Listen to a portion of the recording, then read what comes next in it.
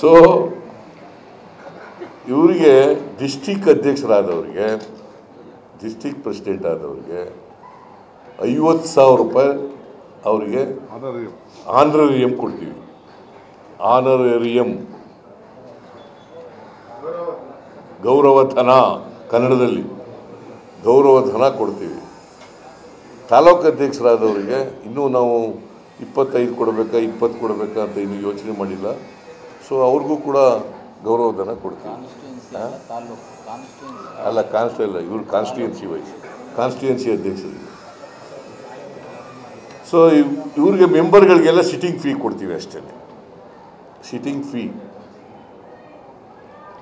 So ಇದನ್ನು ಇವತ್ತು ತೀರ್ಮಾನ ಮಾಡಿ ನಮ್ಮ ಮಂತ್ರಿಗಳು, MLAಗಳು, ಲೋಕಸಭಾ ಸದಸ್ಯರು, MLCಗಳು, ರಾಜ್ಯಸಭಾ ಸದಸ್ಯರುಗಳು ಮತ್ತು ಸ್ಟೇಟ್ ಆಫೀಸ್ ಬೇರರ್ಸು ಇವೆಲ್ಲ ಇದ್ದಂಥ ಸಭೆಯಲ್ಲಿ ಇವತ್ತು ನಾನು, ಸುರ್ಜೇವಾಲಾ, ನಮ್ಮ ಅಧ್ಯಕ್ಷರು ನಾವೆಲ್ಲ ಮಾತಾಡಿ ಈ ತೀರ್ಮಾನವನ್ನು ಅಲ್ಲಿ ಘೋಷಣೆ ಮಾಡಿದ್ದೇವೆ. that we are going to constitute these committees within a week.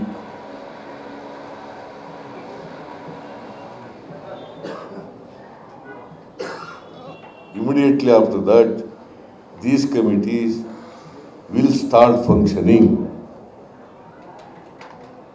As far as they will monitor and look after the implementation of these 5 guarantees, because these guarantees are very important. ಯಾಕಂತಂದರೆ ಈ ವರ್ಷ 38,000 ಕೋಟಿ ಖರ್ಚಾಗುತ್ತೆ. ಈ ಆರ್ಥಿಕ ವರ್ಷ 23-24ರಲ್ಲಿ 38,000 ಕೋಟಿ ಖರ್ಚಾಗುತ್ತೆ. ಮುಂದಿನ ವರ್ಷ ಸುಮಾರು 58-59,000 ಕೋಟಿ ಖರ್ಚಾಗುತ್ತೆ. It is not a small programme, it's a very big programme. ಭಾಳ ಮುಖ್ಯವಾಗಿರ್ತಕ್ಕಂಥದ್ದು ಯಾರು ಮಧ್ಯವರ್ತಿಗಳಿದ್ದೇನೆ ನೇರವಾಗಿ ಬೆನಿಫಿಷಿಯರೀಸ್ ಅಕೌಂಟ್ಗೆ ಹೋಗೋದು. ಪ್ಲೀಸ್ ಅಂಡರ್ಲೈನ್, ಐ ರಿಪೀಟ್, ಯಾರೇ ಮಧ್ಯವರ್ತಿಗಳಿದ್ದೇನೆ ನೇರವಾಗಿ ಬೆನಿಫಿಷಿಯರೀಸ್ ಅಕೌಂಟ್ಗೆ ಹೋಗೋದು.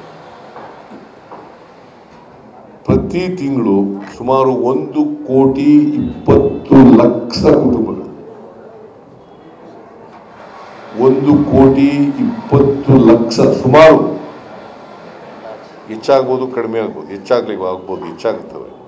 ಸುಮಾರು 1,20,00,000 ಕುಟುಂಬಗಳು ಪ್ರತಿ ತಿಂಗಳು 4ರಿಂದ 5,000 ರೂಪಾಯಿಗಳನ್ನು ಪಡೀತಾರೆ. ಪ್ರತಿ ತಿಂಗಳು 4ರಿಂದ 5,000 ರೂಪಾಯಿ. ವರ್ಷಕ್ಕೆ 48ರಿಂದ 60,000 ರೂಪಾಯಿ. This is called universal basic income to unprivileged communities.